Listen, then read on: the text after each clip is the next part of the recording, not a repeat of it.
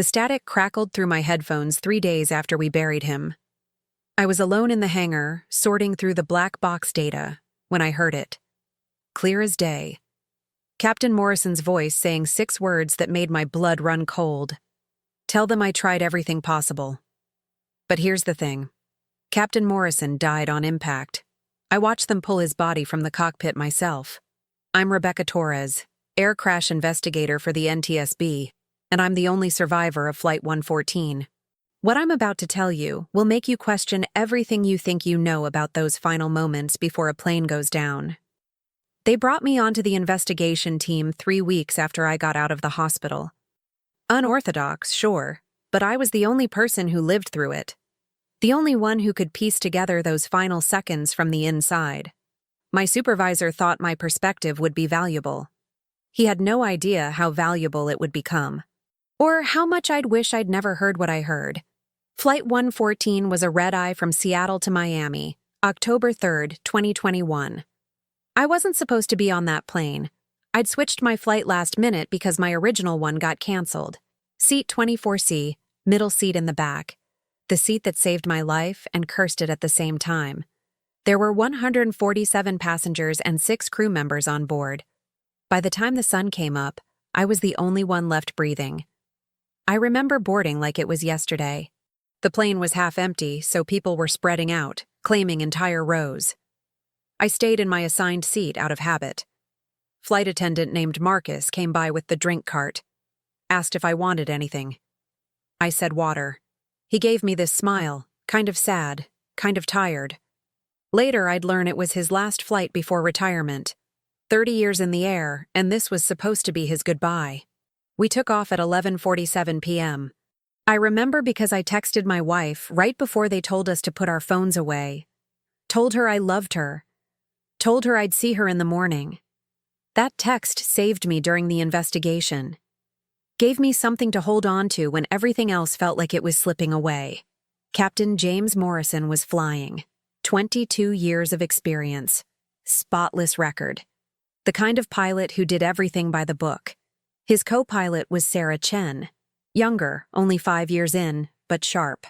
I learned all this later, going through their files, trying to understand how 2 competent pilots and a perfectly maintained aircraft ended up scattered across a Kansas cornfield at 2:34 a.m. I fell asleep about an hour into the flight. That's normal for me on red-eyes. I can sleep anywhere. It's a skill you develop when you work the job I do, constantly traveling to crash sites, sleeping in bad hotels. But this time, that skill might have saved my life. Because when things started going wrong, I wasn't tensed up, wasn't braced. My body was loose, relaxed. The impact woke me, not the initial one. The first hit must have knocked me unconscious. But I came to during the slide. The plane was skidding across the ground, tearing itself apart. Metal screaming, people screaming louder. Fire somewhere behind me, I could smell it, acrid and chemical. And then everything stopped. Just stopped. Like the world had hit pause. I was upside down. Still strapped in, but the plane had rolled. My row had separated from the main fuselage. Later, they'd tell me that's why I survived. The rear section broke off and rolled into a drainage ditch, away from the fire. Away from the worst of it. But in that moment, all I knew was pain and darkness and the sound of my own breathing. It took me 20 minutes to get out of the seatbelt. My hands weren't working right, shaking too hard. But I finally managed it and fell onto what used to be the ceiling, crawled through a gap in the metal. Outside, the cornfield was burning, lit up like daylight. I could see the rest of the plane, or what was left of it, about 50 yards away. Completely engulfed. I stumbled toward it anyway. Maybe someone else made it. Maybe someone needed help. But the heat pushed me back. The smoke was toxic, choking. And that's when I saw the cockpit. Separated from everything else. Torn open like a tin can. I could see inside. Could see Captain Morrison still in his seat. Still strapped in. Not moving. The paramedics found me an hour later. A farmer had seen the fire, called it in. I was sitting in the cornfield watching the flames, in shock. They said I kept asking if anyone else made it, kept saying I needed to help them. They sedated me eventually, took me to the hospital. I woke up 2 days later to the news that I was the sole survivor. The guilt was immediate, crushing. Why me? What made me special? I was nobody. Just a federal employee flying home from a routine assignment. But that businessman in first class, he had 3 kids. The college student in 12B was going to be a doctor. Marcus, the flight attendant, had a husband waiting for him. Why did they die and not me? The NTSB approached me after a week, said they needed my statement, needed to know everything I remembered. So I told them. The smooth takeoff, falling asleep, waking up during the crash. They recorded everything, asked me to repeat details over and over, trying to find something, anything that would explain what happened. Then my supervisor made the call. Bring me onto the investigation team. I'd been with NTSB for 8 years, worked dozens of crashes. I knew the protocols, knew what to look for, and I'd been there, inside the plane when it happened. My perspective was unique, valuable. I should have said no. Should have taken the leave they offered. Gone to therapy, processed the trauma, but I didn't. Because I needed to know. Needed to understand why 152 people died and I didn't. Needed it to mean something. We worked out of a hangar at the Kansas City airport. The wreckage was transported there, piece by piece, laid out like a massive jigsaw puzzle. My job was to help reconstruct the sequence of events, match my memories to the physical evidence. It was grueling, being around the wreckage, seeing the seats I'd walked past, the overhead bins I'd put my bag in, all twisted and burned. The black box gave us most of the story. Captain Morrison and First Officer Chen were dealing with a hydraulic failure. Started small, manageable. But then it cascaded. Multiple systems failing simultaneously. They did everything right. Every procedure, every protocol. But the plane just kept falling apart around them. The voice recorder was harder to listen to. You could hear the stress in their voices, the fear they were trying to mask. Captain Morrison staying calm, trying solution after solution. Sarah Chen reading off checklists, calling out altitude. And then, in those final seconds, just breathing, heavy, fast. The sound of 2 people who knew they were about to die. The recording cut off at impact, just stopped. That was normal, expected. The recorders are built to survive, but the power usually cuts at the moment of crash. So we had everything up until the moment of contact, and then silence. I listened to that recording 50 times. Maybe more. Looking for something we missed. Some indication of what went wrong. Why the failures cascaded the way they did. And every time, it ended the same way. Breathing, impact, silence. Until it didn't. It was late. 3 weeks into the investigation. Everyone else had gone home, but I stayed. I couldn't sleep anyway. The nightmares were getting worse. So, I worked. Went through the data again. Put the headphones on. Pressed play on the cockpit voice recorder for the 51st time. The recording played normally. Morrison and Chen working the problem. Systems failing. Altitude dropping. The breathing. The impact. The silence. And then, static. Just for a second. And through it, clear as anything. Tell them I tried everything possible. Captain Morrison's voice. I'd know it anywhere. I'd listened to it for hours. But this was different. This was after the crash. After the recording should have stopped. After he died.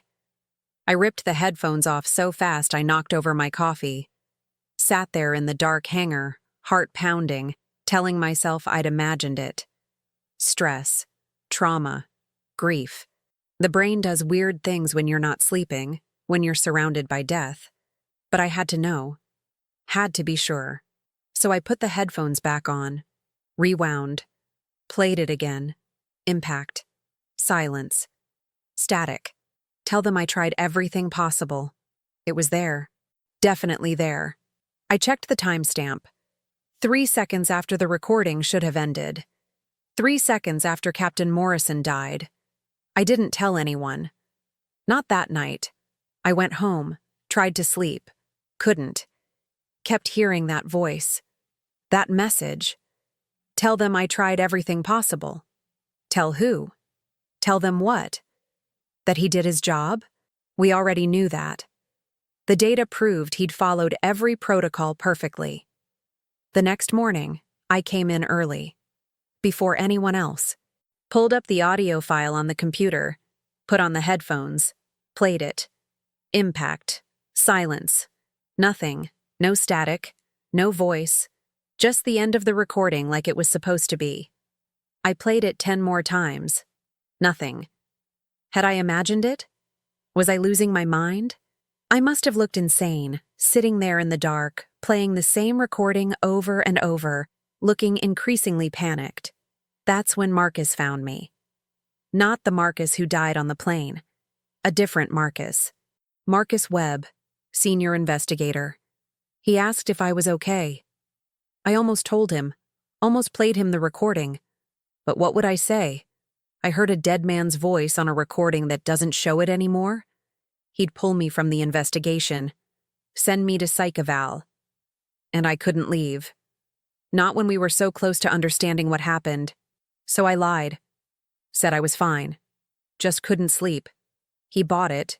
Told me to take a break. Get some coffee. I nodded. Waited for him to leave. Then I went back to the recording. Still nothing. But I knew what I'd heard. And more importantly, I knew Captain Morrison was trying to tell me something. The question was what? Tell them I tried everything possible. Every investigator already knew he'd done everything right. The preliminary report was clear on that. So why the message? Why to me? I started going through his personnel file, looking for something. A pattern. A connection. Captain Morrison had been flying for Eastern Airways for 15 years. Before that, Air Force. Decorated pilot. Instructor. The guy was a legend. No incidents, no complaints. Perfect record. Too perfect, maybe. I dug deeper. Found something interesting in his training records. 10 years ago, he'd been part of a simulator program testing new emergency protocols. Specifically, protocols for catastrophic hydraulic failure. The exact type of failure that brought down Flight 114. The simulator sessions were recorded, all of them. Standard procedure for training analysis, and they were all stored in the database. I pulled them up, started watching. Captain Morrison ran the scenario 12 times, failed it 11 times. The 12th time, he did something off-book, something not in any manual. He manually overrode 3 different systems simultaneously, creating a bypass that kept minimal control surfaces working. It was brilliant, dangerous, but brilliant. And it worked. In the simulator, he landed the plane safely. But there was a note in the file. From the training supervisor. Procedure rejected for implementation. Too risky. Requires simultaneous actions that could cause worse failure if timed incorrectly. Not approved for training or emergency use, Captain Morrison had argued. I found his written appeal. He believed the procedure could save lives in a specific type of failure. The type that happened on Flight 114. But the airline sided with the training supervisor. Too risky. Stick to approved procedures. So he did. For 10 years, he followed the book. Until Flight 114. Until everything started failing and the book wasn't enough. I went back to the voice recorder. Listened to those final minutes again. This time, I wasn't listening to what they said. I was listening to what they did. The sounds in the background, switches flipping, alarms blaring. And there, buried in the chaos, a sequence of actions that didn't match the approved procedures. He tried it. In those final seconds, Captain Morrison attempted the unapproved procedure. The one that worked in the simulator. I could hear it in the timing of the switches. The pattern. He was trying to save us. But something went wrong. Maybe the timing was off. Maybe the damage was too extensive. Maybe it was just too late. The procedure failed. The plane went down. And Captain Morrison died, knowing he'd tried everything possible. Even the things he wasn't supposed to try. Tell them I tried everything possible. Not just the approved procedures. Everything. Including the one thing that might have worked. The one thing that wasn't in the book. I knew I couldn't put this in the official report. Not without proof. Not without that voice on the recording that had disappeared. No one would believe me. They'd say I was traumatized, unreliable. They'd pull me from the investigation. So I buried it. Wrote my section of the report focusing on the approved procedures. Confirmed that Captain Morrison followed protocols. The report came out 6 months later. Catastrophic hydraulic failure. Crew performed admirably. No fault assigned. Mechanical failure, pure and simple. But I knew the truth. Captain Morrison had tried to save us, had gone beyond the book in those final moments. And whether it was real or my traumatized brain creating meaning from chaos, I heard him. Heard him asking me to tell them, to make sure people knew. So I'm telling you. Right now. Captain James Morrison didn't just follow procedures. He tried everything, including an untested, unapproved procedure that might have worked if circumstances had been different.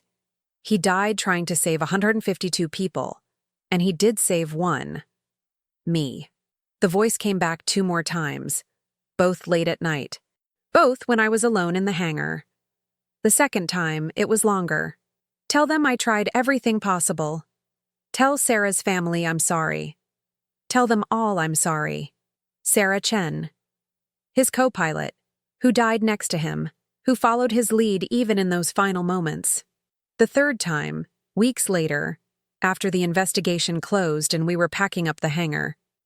Rebecca, tell them, make it mean something. He knew my name. The dead pilot knew my name. Used it. Spoke directly to me. I never heard the voice again after that. The hangar was cleared. The wreckage was moved to long-term storage. The investigation was officially closed. I transferred to a desk job. Couldn't do field investigations anymore. Couldn't be around crash sites without hearing that voice in my head. I went to therapy. Told my therapist everything. She said it was a manifestation of survivor's guilt. My brain creating a narrative that gave meaning to the trauma. A way to process the impossible randomness of surviving when everyone else died. She was probably right. But I don't think so. I think Captain Morrison found a way to reach me. To tell me what he needed someone to know. That he didn't just do his job. He went beyond it. Tried things he wasn't supposed to try. Took risks to save lives. I visited his grave once. A year after the crash. Told him I got the message. Told him I'd tell people. That his sacrifice wouldn't be forgotten. I don't know if he heard me. Don't know if there's anything after death that can hear. But I said it anyway because I needed to. I also visited Sarah Chen's family. Told them what the official report said. That she was professional and competent to the end. They thanked me. Asked me about those final moments. I told them she wasn't alone. That Captain Morrison was with her. That they faced it together. I didn't tell them about the voice. Didn't tell them their daughter's captain tried an unapproved procedure. Some things don't help. Some things just add more questions to an already unbearable situation. The nightmares eventually faded. Not completely, but enough. I can sleep most nights now. Can get on a plane without panicking, though I still count the exits. Still look at the emergency card. Still imagine what I'd do if it happened again. I think about the other survivors sometimes. The ones from other crashes. Wonder if they hear voices too. If the dead reach out to them in the quiet moments. Or if it's just me. Just my broken brain trying to make sense of senseless tragedy. Eastern Airways implemented new training protocols after Flight 114. They're now teaching pilots alternative procedures for catastrophic failures, including the one Captain Morrison tried, the one he invented 10 years ago that nobody would listen to. It's in the manual now, official procedure, Because of him. I like to think he knows that. Wherever he is. That his death and the deaths of 151 others led to changes that might save lives in the future. It doesn't make it fair. Doesn't bring anyone back. But it's something. It means something. People ask me if I still fly. Yes. I have to for work sometimes, though less now with the desk job. And every time I board a plane, I look at the cockpit. Think about the pilots up there. Wonder if they know about Flight 114. If they've studied what Captain Morrison did. If they'd have the courage to go off book if everything else failed. I'm 42 now. The crash was 4 years ago. I have a life. My wife stood by me through everything. We adopted a dog. I coach Little League on weekends. Normal things. But I'm different. How could I not be? I died on that plane with everyone else. The only difference is my body kept working.